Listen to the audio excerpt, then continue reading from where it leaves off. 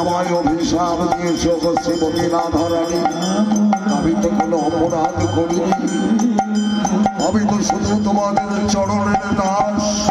ভাই কানাই আমাকে বলেছে তার অনুমতি ছাড়া আমি যেন কাউকে প্রবেশ করতে না দিই, তাই তো তার আদেশ পালন করতে আমি তোমাকে প্রবেশ করতে দিইনি।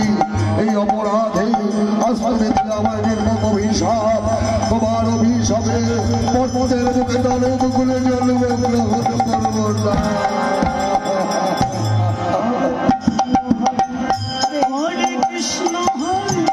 রাধারানী পারলে, রাধারানী পারলে এত বড় অভিশাপ দিতে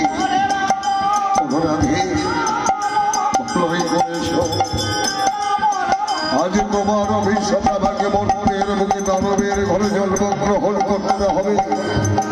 আজ বিনা দোষে বিনা অপরাধে তুমি দিয়েছ বলে অভিশাপ। তোমার অভিশাপ আমি মাথায় তুলে দিলাম রাধে, আমি মাথায় তুলে দিলাম।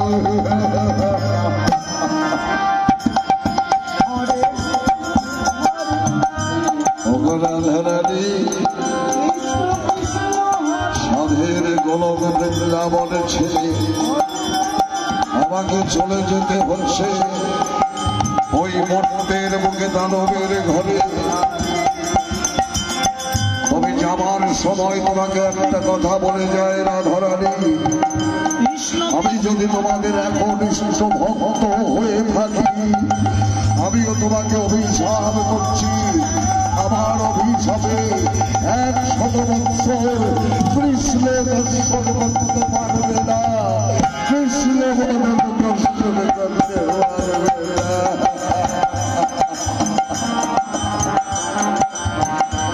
শ্রীদা কি অভিশাপ করলাম আমি?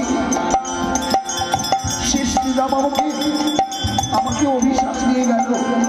তবে কি আমি 100 বৎসর আমার গোবিন্দ বদন দর্শন করতে পারবো না? তুমি আমার বক্ষ মাঝে এসো। তুলসী তোর এত বড় স্পর্ধা, তুই আমার প্রাণ গোবিন্দকে বক্ষ আলিঙ্গন করেছিস। ওরে রাক্ষসী, তোকে এত বড় সাহস কে দিয়েছে আমার প্রাণ গোবিন্দকে স্পর্শ করেছিস? তুমি আমার কথা শোনো, তুমি আমার কথা শোনো রাধারানী, তুমি আমার কথা শোনো। আমি কোনো অপরাধ করিনি, তোমার গোবিন্দ তোমারই থাকবে।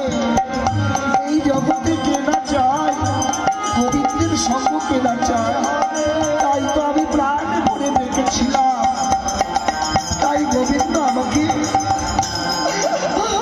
বক্ষ আলিঙ্গন দিয়েছে। তাই বলে তুমি আমাকে এত বড় অপমান করছো?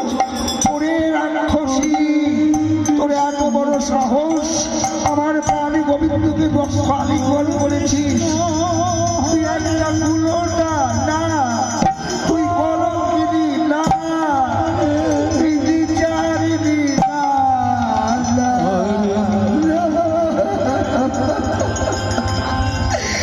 আমি তোকে অভিশাপ দিচ্ছি। আমার অভিশাপে তুই হবি পর্বতের মুখে মানবী হয়ে জন্মগ্রহণ করবি। ওই মানবী হয়ে জন্মগ্রহণ করে তুই হবি কলঙ্কিনী, কুলোটা, বিচারিণী না।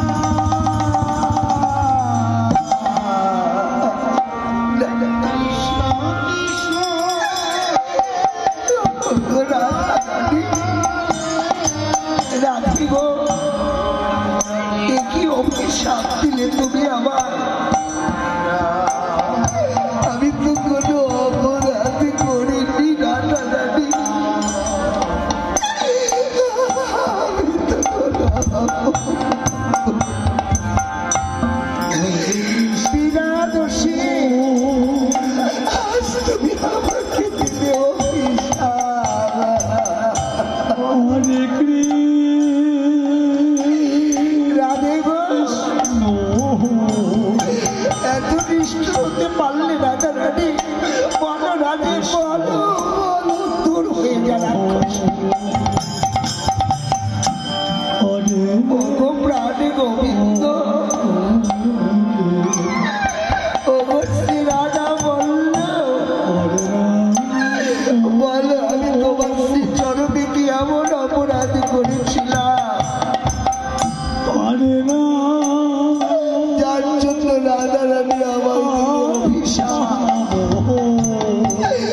নাকি মন্দির মুখে মানবী হব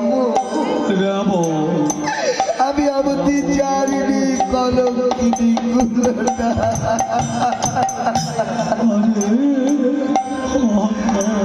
বলো বলো গোবিন্দ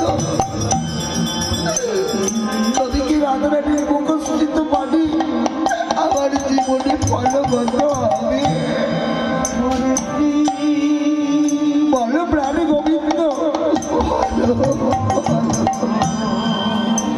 তুলসী বিধির বিধানে কেহ নাহি পারে খণ্ডাতে এই যে বিধির বিধানে লেখা রয়েছে ওগো তুলসী রাধারানীর মুখস্থিত বাণী কখনো মিথ্যা হবে না রাধারানীর অভিশাপে তুমি মর্তের মুখে জন্মগ্রহণ করবে মিথিলা নগরী মিথিলা নগরী তুলসী রাজা জনকের বংশধর রাজা ধর্মধ্বজের কন্যা রূপে জন্মগ্রহণ করবে সেখানে তোমার নাম হবে তুলসী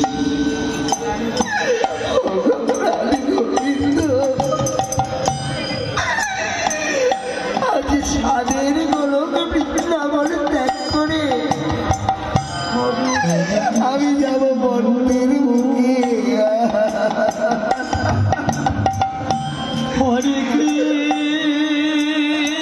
গোবিন্দ আমার জীবনে আসবে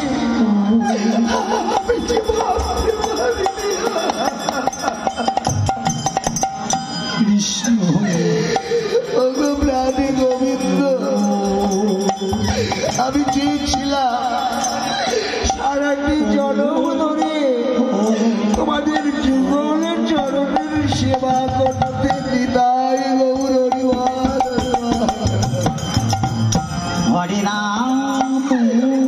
প্রাণী গোবিন্দ সবার সবর ব্যর্থ হয়ে গেল চলে যেতে হবে ওই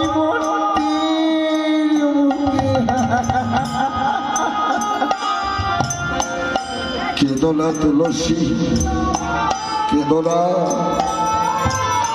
রাধারানী তোমায় দিয়েছে অভিশাপ তুমি হবে কলঙ্কা কলঙ্কিনী আর আমি তোমাকে করছি আশীর্বাদ আশীর্বাদ হ্যাঁ গো তুলসী আমি তোমায় আশীর্বাদ করছি তুমি হবে আমি হব সতীর শিরোমণি সতী তুলসী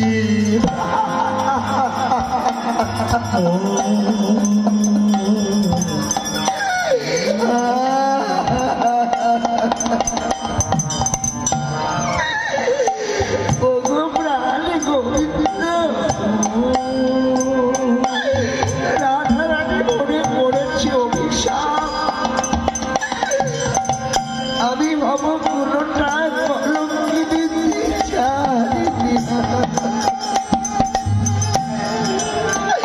ওগো বলবো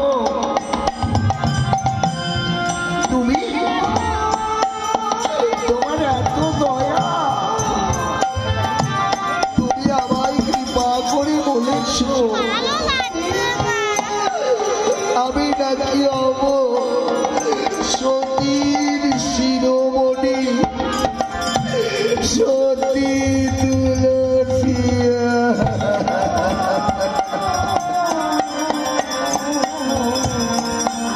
বিদায় প্রাণী গোবিন্দ রাধারানী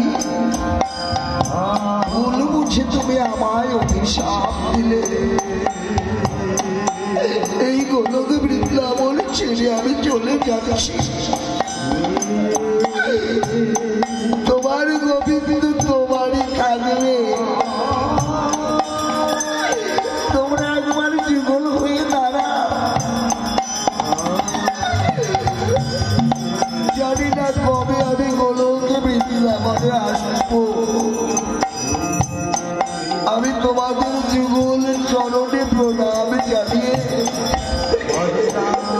যুগল রূপ দর্শন করে আমি যাব মর্তের মুখে।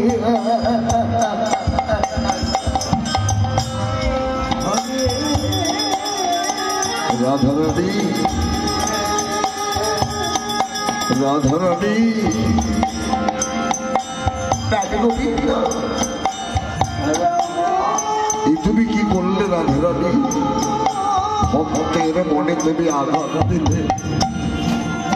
আমি চাইনি রাধারানী, আমি চাইনি। ভক্ত আমার পিতা মাতা, ভক্ত আমার গুরু, ভক্ত আমার নামে রেখেছে বাঞ্ছা কল্পতরু। আমি সব সইতে পারি রাধি, আমি সব সইতে পারি। আমার ভক্তের নয়ন বাড়ি আমি সইতে পারি না। আমি সইতে পারি না রাধারানী, আমি সইতে পারি না। যদি আমায় কোনো ভক্ত কৃষ্ণ প্রাণে গোবিন্দ বলে একবার ডাকার মতো ডাকে, সেই ভক্তের ডাকে সারা দিতে আমি ভক্তকে সাকার মূর্তিতে দেখা। কি করলে না প্রাণী গোবিন্দ, তুমি আমার ক্ষমা করে দাও। আমি বুঝতে পারিনি বলল, আমি বুঝতে পারিনি। তুমি কি জানো না আমরা রাধা কৃষ্ণ একই আত্মা, দুই দেহ ধরি অন্য অন্য বিলাসী রস আস্বাদন করি। এসো রাধা, ভক্ত আমাদের যুগল রূপ দর্শন করতে চেয়েছি।